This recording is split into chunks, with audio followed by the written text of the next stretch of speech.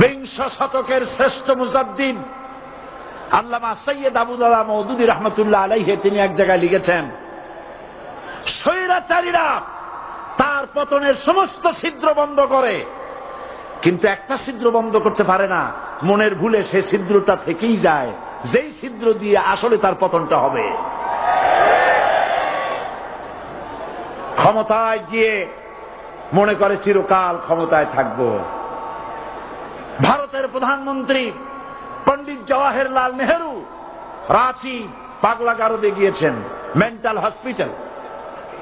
পাগলেরা নেহেরুকে দেখে আশ্চর্য হয়ে গেছে, এত সুন্দর মানুষ, মাথায় কিস্তি টুপি, গায়ে শেরওয়ানি, মুসলমানি ড্রেসই আলাদা। যদিও তিনি হিন্দু ছিলেন, পরেছেন মুসলমানি ড্রেস। শেরওয়ানি কাদের পোশাক? কাদের পোশাক? সাথে ছড়ি নিয়ে হাঁটা, স্টাইল করে, সুন্দর পাজামা, সুন্দর টুপি, সুন্দর সাজসজ্জা করে, মুসলমানদের ড্রেস। এই ড্রেস পরে তিনি গিয়েছেন, সবসময় যে ড্রেস তিনি পরতেন। পাগলেরা জিজ্ঞেস করছে, তুমি কে গো? উনি বলছেন, আমারে চেনো নাই? আমি ভারতের প্রধানমন্ত্রী পণ্ডিত জওয়াহরলাল নেহেরু। পাগলেরা বলছে, ও সেই কথা। আমরাও যখন এই হসপিটালে আসছিলাম, এই তোমার মতো লম্বা লম্বা কথা আমরাও বলছি। থাকো আমাদের সাথে কিছুদিন, তোমার মাথাও ঠান্ডা হয়ে যাবে।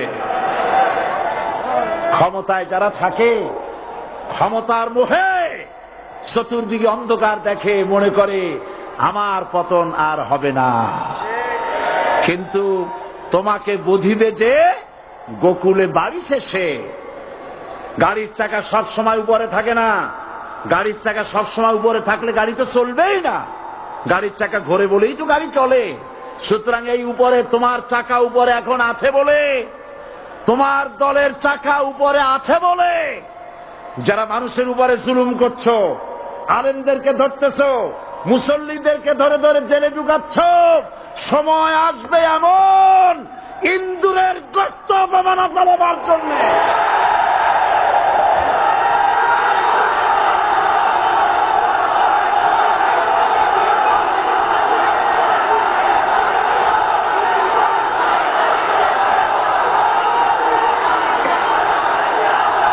আবু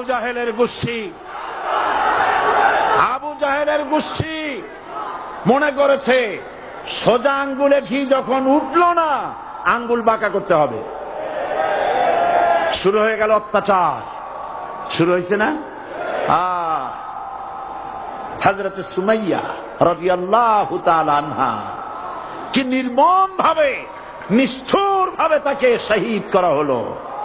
খাব্বাব, হুবাইব, হযরত খাব্বাব রাদিয়াল্লাহু তাআলা আনহুকে দেখে হযরত ওমর একদিন বলছিলেন, খাব্বাব তোমার পিঠে এত গর্ত কেন? এত গর্তওয়ালা পিঠ আর এত চিকুন কোমর আমি তো জীবনেও দেখিনি। হযরত খাব্বাব বলেছেন, ওমর জানো না, ইসলাম কবুল করার অপরাধে, কালেমা পড়ার অপরাধে কাফির বেঈমানেরা আমাকে মারধর করেছে। যখন আমি তাদের মারে কালেমা ছাড়ি নাই, তখন আগুন জ্বালায়া আগুনের আংটার উপরে, আংটা আগুনের উপরে আমাকে ঠিক করে শোয়ায়া, আমি যেন নড়াচড়া করতে না পারি সেজন্য আমার বুকের উপরে পাথর চাপা দিয়া রেখেছে। আগুনে গোশত পুড়ে পুড়ে আগুন ভিতরে ঢুকেছে, গায়ের রক্ত আর চর্বি গলে গলে পড়ে আগুনগুলো নিবেছে। ওই পিঠে যে গর্ত হয়েছে আজও পর্যন্ত সেই গর্ত মিটে যায় নাই। হযরত খাব্বাব রাদিয়াল্লাহু তাআলা আনহু বলছেন, বুখারী শরীফে হাদিসে ভাবে এসেছে, ওয়ান খাব্বাব বিন আল-আরিফ রাদিয়াল্লাহু তাআলা আনহু আন্নাহু قال شكونا إلى رسول الله صلى الله عليه وسلم وهو متوسد بردة له في ظل الكعبة। আমি গেলাম রাসূলুল্লাহর কাছে, যে দেখি হুজুর বাইতুল্লাহ শরীফের ছায়ায় আরাম ফরমাচ্ছেন। আমি কাছে গিয়ে বললাম, আলা তাস্তানসিরু লানা আলা তাদউ লানা ইয়া রাসূলুল্লাহ। হে রাসূল, আপনি কি আমাদের জন্য দোয়া করবেন না? আপনি কি আমাদের জন্য আল্লাহর কাছে সাহায্য প্রার্থনা করবেন না? মার খেয়ে খেয়ে তো শেষ হয়ে গেলাম। শুনতেছেন আপনারা? আল্লাহর নবী উঠে বসলেন, বললেন, খাব্বাব শোনো, তোমাদের আগে যারা এই পৃথিবীতে এসেছিলেন দ্বীনের দাওয়াত দেওয়ার জন্য, সমকালীন রাষ্ট্র শক্তি তাদেরকে ধরত, ফায়ুখাজুর রাজুলু ফায়ুহফারু লাহু ফিল আরদ, তার জন্য তারে ধরে নিয়া মাটির মধ্যে গর্ত করত, ফায়ুজআলু ফিহা, এরপরে সেই গর্তের ভিতরে তাকে কোমর পর্যন্ত গেড়ে দিত। সুম্মা ইউতা বিল মানশার, এরপরে করাত আনা হতো, ফায়ুদাউ আলা রাসিহি, এরপরে করাতটা মাথার উপরে রাখা হতো, ফায়ুজআলু নিসফাইন, এরপরে করাত দিয়া চিরে চিরে দিত, মানুষটাকে দ্বিখণ্ডিত করে ফেলে দিত। মা ইয়াসুদ্দুহু যালিকা আন দীনি, এত কষ্ট দেওয়ার পরেও, এত জুলুম করার পরেও দ্বীনের দায়ীদেরকে এক চুল পরিমাণ আল্লাহর রাস্তা থেকে তারা সরাই দিতে পারে নাই। ওয়াল্লাহি, ও খাব্বাব, আমি আমার আল্লাহর নামে কসম করি। ও মুসলমান, কে কসম করতেছে? আল্লাহ রাসূল। আমি আমার আল্লাহর নামে কসম করি, ওয়াল্লাহি লা ইউতাম্মান্নাল্লাহু হাদাল আমর হাত্তা ইয়াসির রাকিবু মিন সানা ইলা হাযরামাউত।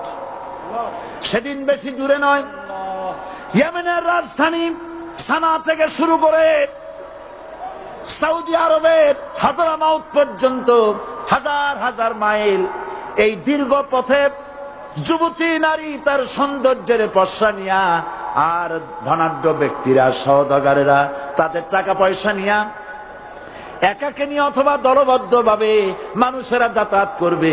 লা ইয়াখাফু ইল্লাল্লাহ, মানুষের মনের মধ্যে কোনো ভয় থাকবে না। এমন একটা সময় আসবে, ওয়ালাকিন্নাকুম তাস্তাজিলুন, অথচ তোমরা বড্ড তাড়াহুড়ো করছো। তাড়াহুড়ো করো না, অপেক্ষা করো, ধৈর্য ধরো, মার খাও, জেলে যাও, শহীদ হও, আল্লাহর রাজ কায়েম হবেই হবে।